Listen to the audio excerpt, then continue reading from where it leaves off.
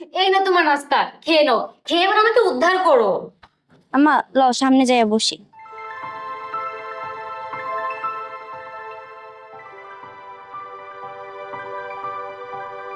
মা ভাইজানটা একটা ফোন দেয় এখন।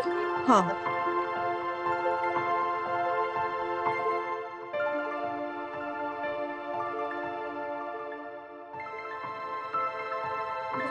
লও তুমি কথা কও।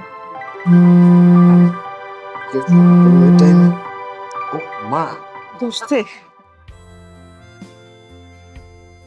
বাজান, হে মা, আমরা তো আয়া পড়ছি, তুই কি আমাকে নিতে আইবি? কেন নিতে আসবো না? আর তুমি এত সকালে কেন রওনা দিচ্ছ শীতের ভিতরে? আচ্ছা তুমি থাকো, আমি আসতেছি।